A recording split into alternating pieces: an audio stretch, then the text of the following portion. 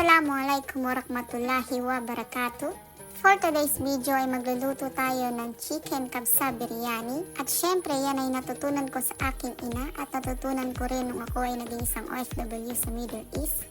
At ayan na nga po ang ating mga sangkap. Meron tayong chicken, mga spices, pampalasa, kamatis, sili at sibuyas. Sa isang kalderong may sabon, mantika pala yan. Hindi ko alam kung bakit bumubula yung mantika dyan.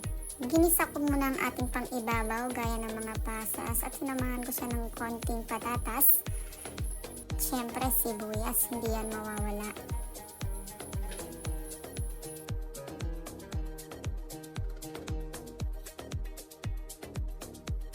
Gigisahin lang natin yan hanggang sa maging brown. Brown. At pagkatapos ay hanguin na rin natin at i-separate muna natin ito. Pinanggalingan ng ating pinagprituhan, ilagay na natin ang ating mga spices. Halo-haluin lang natin. At isunod na rin natin ang bawang, sibuyas, konting luya, pantanggal ng lansa.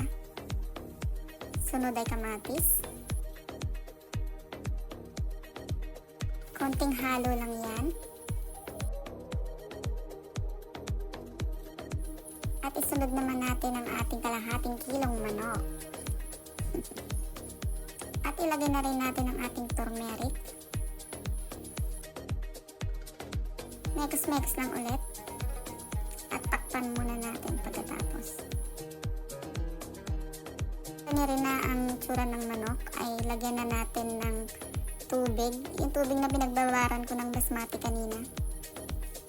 At ilagay na rin ang pampalasa. Pagkatapos ng ilang minuto na kumukulo na siya, nguhin na natin ang manok. Itabi muna natin to sa isang tupperware. Sa pinagpakuluan ng manok, ilagay na rin natin ang basmati. Nalog ko na rin siya ng bagya para magpantay yung luto niya. Balikan natin yung manok na itinabi natin kanina. Nilagyan ko siya ng pampakulay, turmeric, tomato sauce at mantika. Ilog lang natin yan. Tapos ayan na, ready na para i-prito mamaya. Na rin yung kanin. Okay na rin. Kawali, naglagay ako ng mantika, nagperito. Wala mainit yung mantika dyan. Iinit din yan. Yan na nga, piniprito na natin. Pulang-pula, sarap naman yan.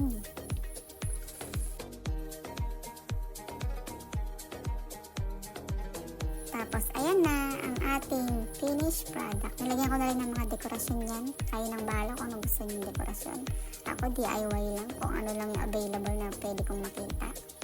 Yun lamang po. Salamat sa panonood.